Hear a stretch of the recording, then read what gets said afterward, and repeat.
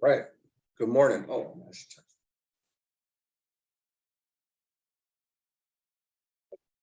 looks dark in here.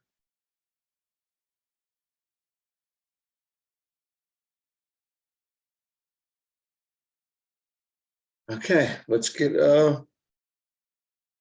going into this. Uh, we're going to finish volume 1 today, which is pretty exciting. What a great book. We learned a lot of lessons and some really deep stuff in here. So we left the village the next morning. For 3 days, the trail led through a rough mountainous country, so sparsely populated that we were obliged to pitch our tents each night. No provisions had been taken along for this trip, yet when food was needed, it was there. No sooner were the arrangements made for a meal than an abundance of food was right at hand and to be partaken of. And at no time did we see it all consumed. There was always a little left. The evening of the 3rd day, we reached the head of a wide valley through which valley we were to travel to reach the village of our destination. From this time on, our road led through a fertile, well-populated valley. We had selected this village as our winter quarters for the reason that it was located in the very heart of the country where we were visiting. We felt that it would give us the opportunity we desired to come in daily contact with the people for a longer period of time. A great many of the people we had met in different places we had already visited lived in this village, and they had all extended cordial invitations to visit them. We felt that by staying in this village for the winter, we would have ample opportunity to observe their daily life more closely. We reached this village November 20th and made a number of short trips from there until the snow came on and travel was made difficult. We were housed in very comfortable quarters. The people were very kind, and we prepared to enter into the life of the village.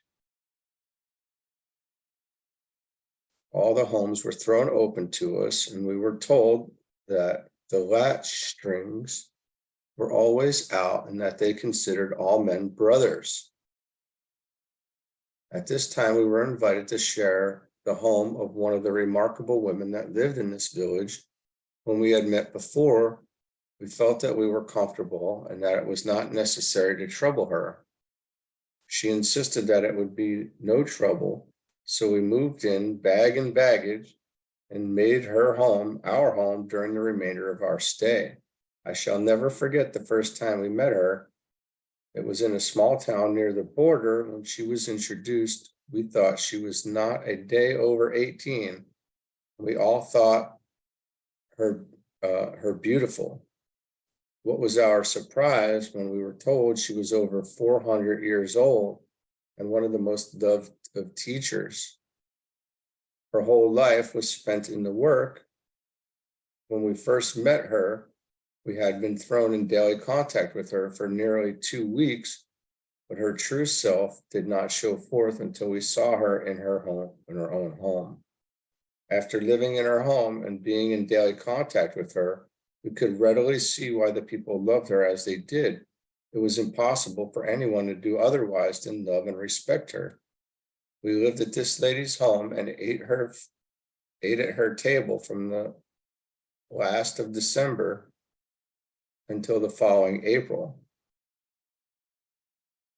We had ample opportunity to observe her home life, and the home life of a number of others in this village, and we found their lives ideal. The more we saw all these people, the more we loved and respected them. We had ample opportunity to corroborate all that they had told us regarding their ages by records that could not be contradicted any more than our records can be contradicted.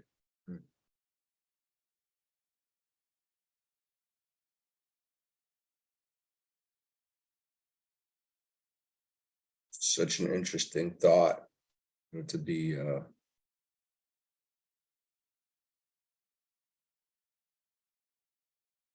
400 years in a body,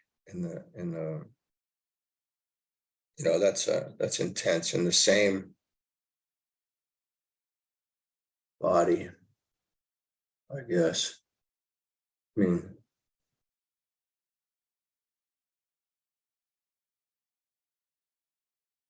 so a lot of, opportunity to serve. I don't know what to say. Pretty interesting, something to contemplate on our own sometimes. All right, and this is the last chapter here, chapter 24. A little bit longer, it's a few pages. So let's see what we got going. Time went on until the last of December, and the year was drawing to a close. We had noticed that a number of persons were congregated for the one ceremonial event that the masters participate in practically alone.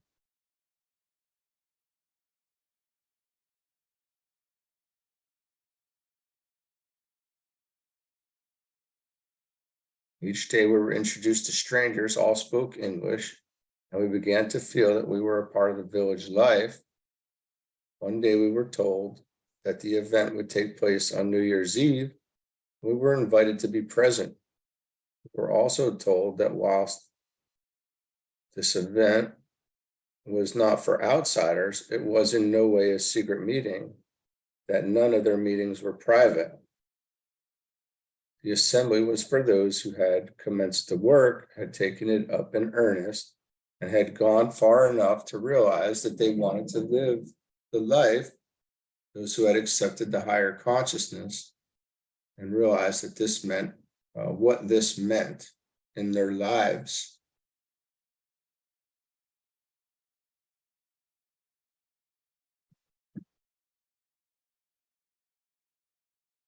That's pretty intense right there. It was called by some the Feast of the Passover.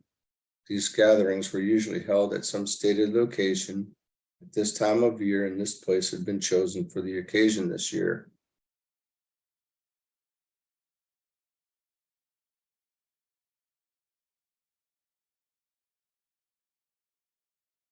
The morning of the day appointed for the assembly dawned bright and clear, with the mercury well below zero. It found us all eager, for we felt that this evening would add to the many interesting experiences of the trip.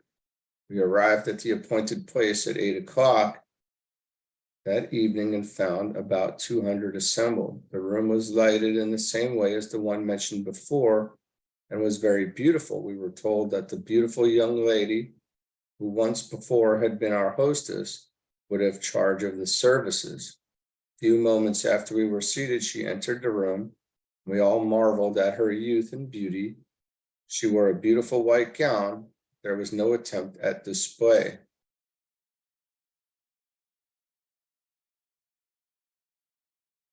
She stepped quietly to the small platform and began her address. We are gathered here this evening with the desire to enter into the fuller meaning of passing from a lower to a higher consciousness, and we welcome those of you who are prepared for this. At first, you followed us, led by your interest in the things you have seen us accomplish, which you at first looked upon with awe and wonder, thinking of them as marvelous. We know you have, at this time, learned to look upon these things as the everyday occurrences of a life lived as it should be lived, a natural everyday life that God would have us live at all times. By this time, you are satisfied that we have not performed any marvels. You realize the true spiritual meaning of what you are doing. The consciousness that functions from the true spiritual plane always interprets all forms in terms of the ideal underlying them.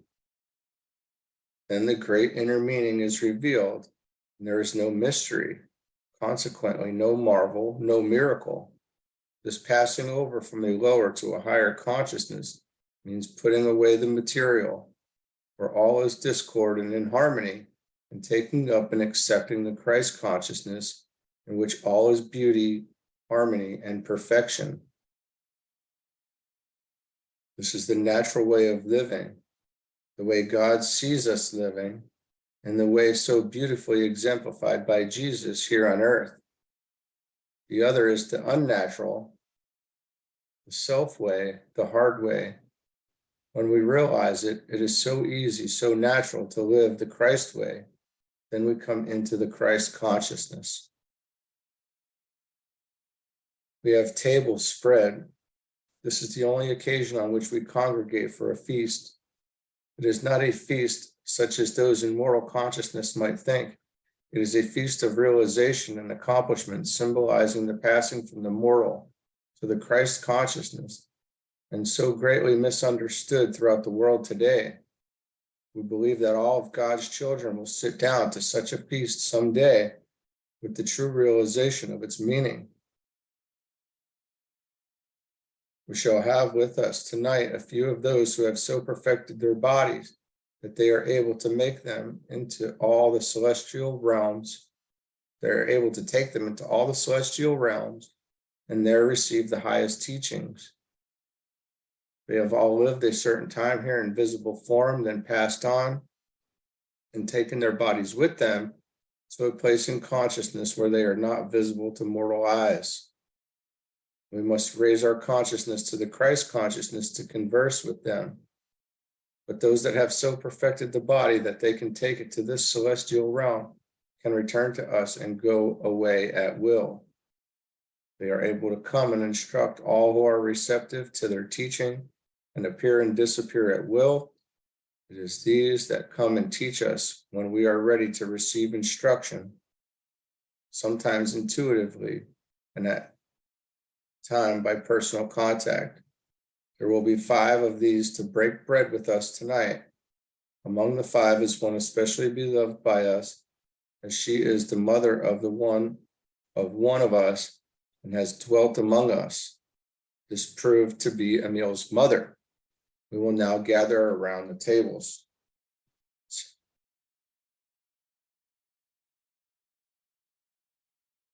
The lights were dimmed for a moment and all sat perfectly quiet with bowed heads. Then the lights came on and the 5 stood in the room, 3 men and 2 women. They were all dressed in white and were radiantly beautiful, with a soft glow of light about each one of them. They walked quietly forward and each took a place left vacant at the head of each table. Emil's mother took the place at the head of our table, with our chief at her right and Emil at her left. After the 5 were seated, the edibles began to arrive. It was a simple meal of vegetables, bread, fruit, and nuts, but very palatable. The talks that followed were chiefly instructions to those who had assembled for the occasion. They were given in the native tongue and were translated by Jast. I will not include these talks as the greater part has already been given. Emil's mother, the last speaker, used perfect English and her voice was clear and concise. These were her words. We use forces every day that man in the mortal concept laughs at. We who are privileged to see and use these are doing all that we can to have men see and know what they are keeping out of their lives by the thoughts they are holding of the perfect things that are right at hand, ready and waiting to be taken hold of. As soon as these forces are taken hold of or appropriated by man, they will be far more real and living than those things that man clings to so desperately in the mortal. Clings to because they can be seen, felt, handled, or contacted through the limited mortal senses. You will note that all our comforts in this room and those you are occupying, such as light and heat, and even the things you have eaten, are prepared by one of these forces. You may call it light rays or what you will.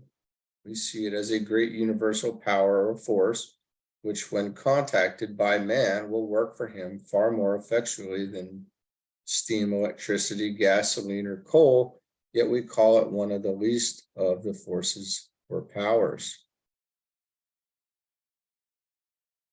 This force will not only furnish all the power needed by man, but it will also furnish heat for all his needs at all times and in all places without the consumption of 1 pound of fuel of any kind.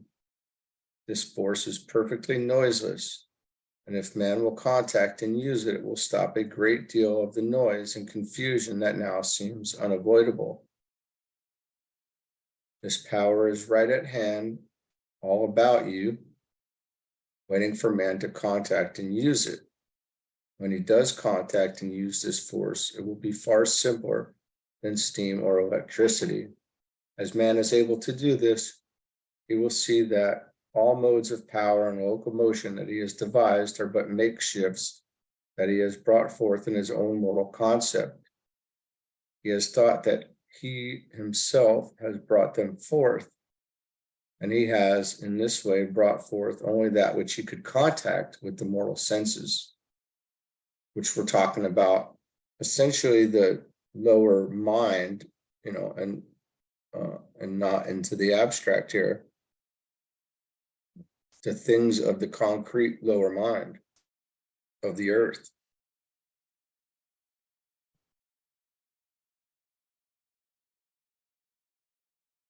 He has brought forth imperfect things, whereas if man would see that all is of God and from God expressing through him, all things that he brings forth would be perfect. Man, having free will, has chosen the hard way. And instead of realizing his sonship with God and using all that God has, he will go on in the hard way until he is driven to realize that there must be and really is a better way. He will eventually know that God's way is the only way. Then he will express the perfection that God sees him expressing now, or right now. Do you not see how you must be centered in the Father within you, drawing the whole of your good from him, and how every force of your nature is to operate from the divine self, and the beginning of all expression is God, the Father within, else God could not be expressed or brought forth. Here one of our party asked what power or force our thoughts and words had upon our lives. She held out her hand, and in a moment a small object was lying in it. She said, let me drop this pebble into this bowl of water. You see that the vibrations caused by the pebbles coming in contact with the water radiate from that center in ever widening circles until they reach the rim of the bowl, or outer edge of the water, where to the eye they seem to lose their force and stop. What really happens is this: as soon as the vibrations have reached the limits of the water, they start on their return journey back to the place where the pebble entered the water, and they do not tarry until they reach that center.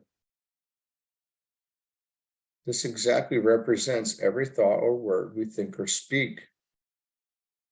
The thought or word sets in motion certain vibrations that go out and on in ever widening circles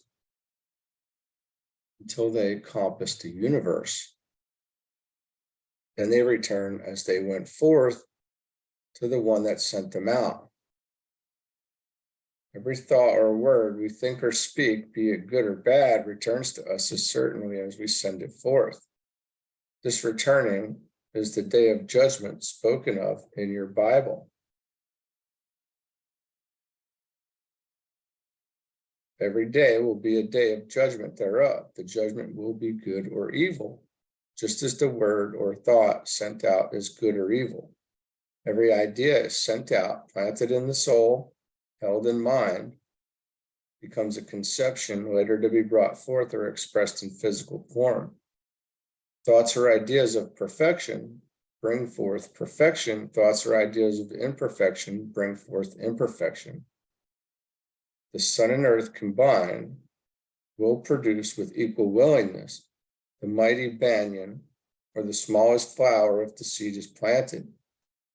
It is in this way that the soul and spirit respond to the call of man, and that for which he asks by word or thought he receives. The only thing that has separated man from heaven is a mist of material thought that man has created around heaven. And this has given rise to the mysteriousness that surrounds all things divine. This veil of mystery is gradually being pulled aside, and it is found that there is no mystery.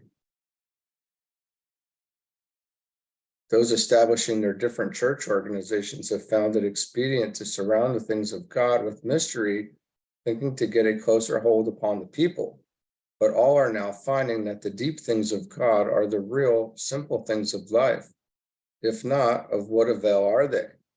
All are perceiving that the church but typifies the Christ consciousness in man, the God center of humanity. And like we said, this has been mentioned in the books as well. The church represents the kingdom on the lower, in the lower three. They are perceiving the ideal instead of worshiping the idol, which has been built by mortal thought.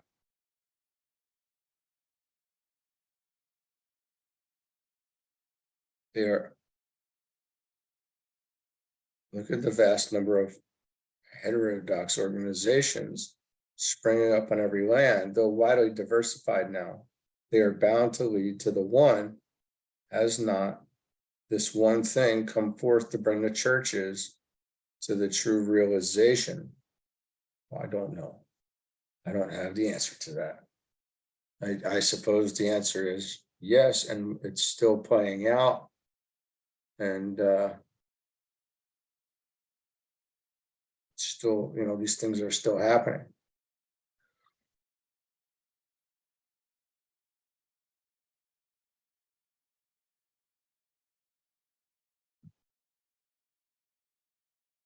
We who have so perfected our bodies that we were able to take them where we will, are privileged to see and be in what is called the celestial realm. This realm is known to a great many as the seventh heaven. This realm is thought to be the very mystery of mysteries. This again is where man in mortal thought has erred. There is no mystery. We have only reached a place in consciousness where we are able to receive the highest teachings, place where Jesus is today. There's a place in consciousness where we know that by putting off mortality, we are able to take on immortality, where we know that man is immortal, sinless, deathless, unchangeable, eternal, just as God is, and as God sees man. A place where we know the real meaning of the transfiguration, where we are able to commune with God and see him face to face. A place where we know that all can come and receive and be as we are. We know that before long, the consciousness of all will be raised to the point where we can talk with them face to face and see eye to eye. Our withdrawal from their sight is but the raising of our consciousness above that of the mortal, and by this we become invisible only to those in mortal consciousness. We have to look upon three events. One that happened long ago, the one that typifies to you the birth of the Christ consciousness in man, the birth of the babe Jesus, the birth of the babe Jesus.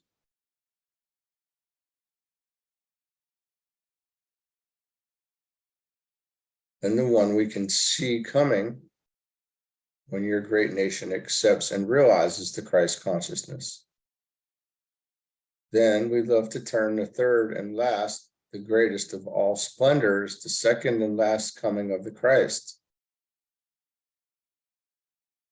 Turn to the third and last and greatest of all splendors, second and last coming of the Christ, when all know and accept the Christ within and live and unfold in this consciousness and grow as the lilies grow. This is the at-one-ment. As she finished, the invisible choir began to sing. The room was at first filled with music, which ended in a solemn dirge.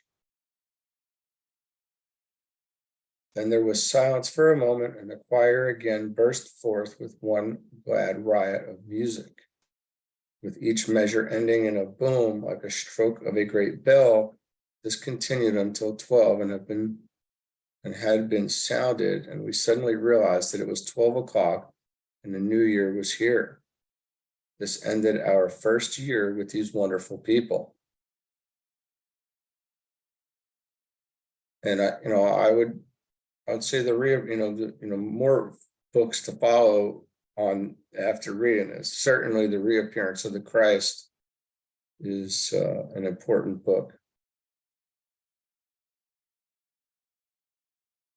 to really explain more or less what all this is about, and the teachings and the need for the recognition of brotherhood and the earth to take initiation and such. All right, let's read this quick addendum. This is very short. In presenting these notes of experiences with the masters, I wish to emphasize my personal belief in the powers of these masters and in their demonstration of a great law, a law that must carry a profound message to the whole human race. They proved conclusively that there is a law that transcends death, that all humanity in its evolution is slowly moving forward to understand and use it. The masters say this law will be brought forth in America, will be given to the world, and then all may know the way to eternal life. This, they acclaim, is the unfoldment of the new age. None of the manifestations referred to in these notes were the materialization of the ordinary seance. Far from it. It was the higher expression making the body visible and invisible at will, a glorifying and spiritualizing of the flesh. There is a God law, and human beings will soon inherit it, become illumined, and use the body with understanding and full masterhood. There is no question, but these people have there's no question, but these people have brought the light through the long ages, and they prove by their daily life and works that this light does exist just as it did thousands of years ago. And that is written from Baird T. Spalding. And that is the end of volume 1. So we're going to call it there for now. And then we will pick back up and start volume 2 in about a week,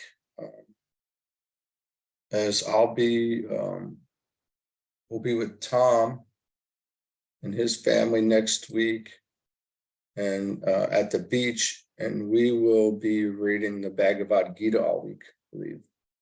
So we're going to be looking forward to putting that on the channel as well. Yeah. All right. Well, we'll get back at it soon. This will give everybody a chance to catch up. Some other people to find it. I'm not in a huge rush or hurry. I just enjoy doing these videos. Every day it's become part of my my routine, my rhythm, and keep it going. All right. See you soon.